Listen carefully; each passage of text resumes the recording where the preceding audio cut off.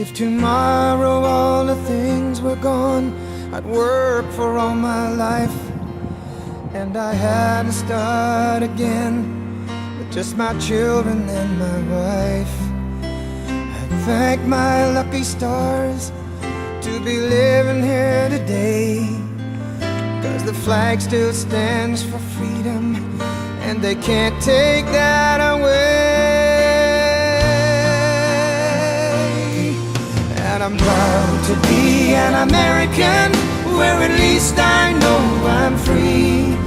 And I won't forget the men who died, who gave that right to me. And I gladly stand up next to you and defend her still today, 'cause there ain't no doubt I love this land.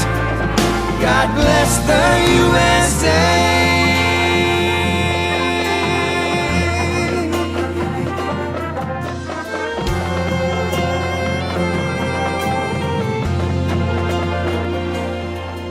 From the lakes of Minnesota to the hills of Tennessee, across the plains of Texas, from sea to shining sea, from Detroit down to Houston and New York to LA. Well, there's pride in every American heart, and it's time we stand and say that I'm proud to be an American, where at least I know I'm free. And I won't forget the men who died, who gave that right to me. And I gladly stand up next to you and defend her still today, 'cause there ain't no doubt I love this land. God bless the USA.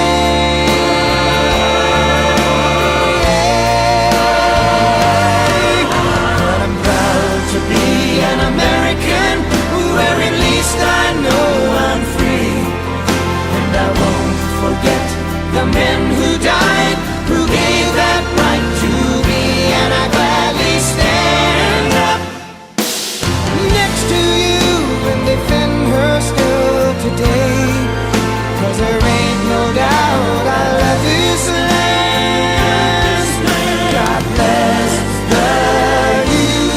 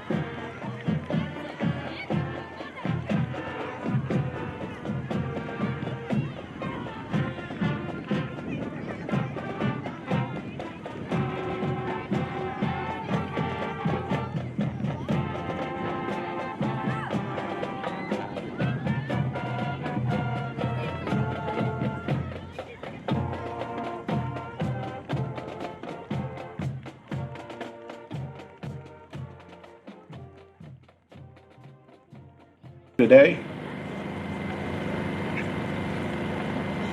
rooms in this building, as you students do today. And when they graduated from high school, they all went into service.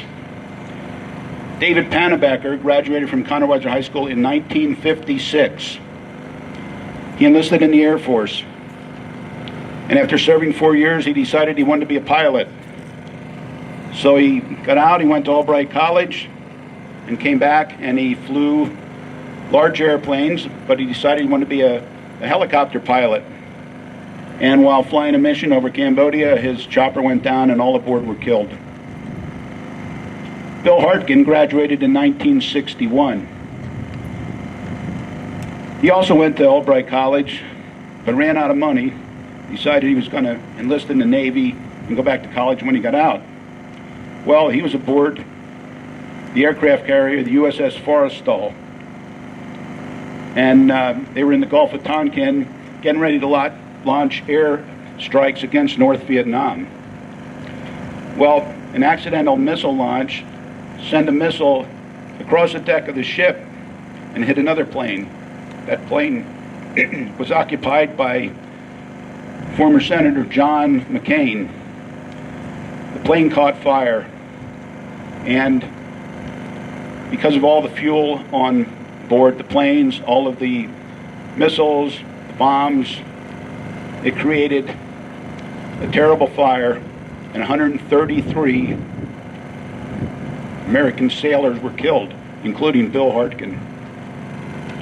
Barry Moyer was class of '66.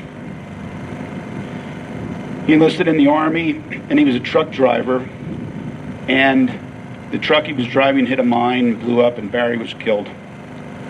George Young also was class of '66. Class of '66 took the most casualties out of any class here at Conrad Weiser.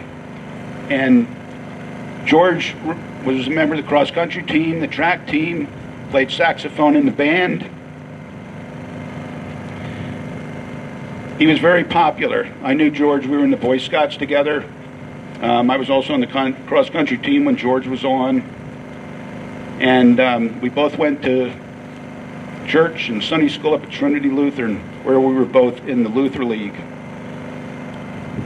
George was a helicopter mechanic and became a crew chief on a helicopter in Vietnam. While he was in Vietnam, his wife had a baby boy. George never got to see him.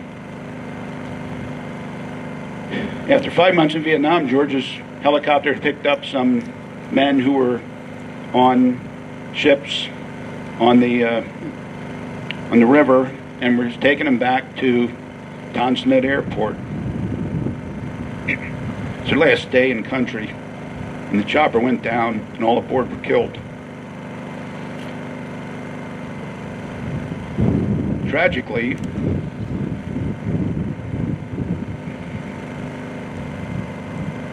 George's son died 9 months later.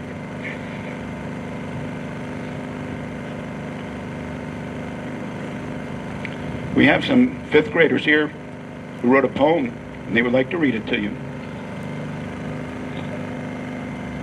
We hold our heads high with pride for the ones who lived and died, serving our country far and wide.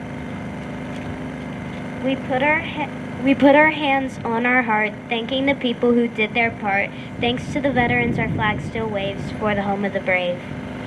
When you come, we yell make way, because you have made our day. In the end, we remove our hats and salute, thanking you for all you do.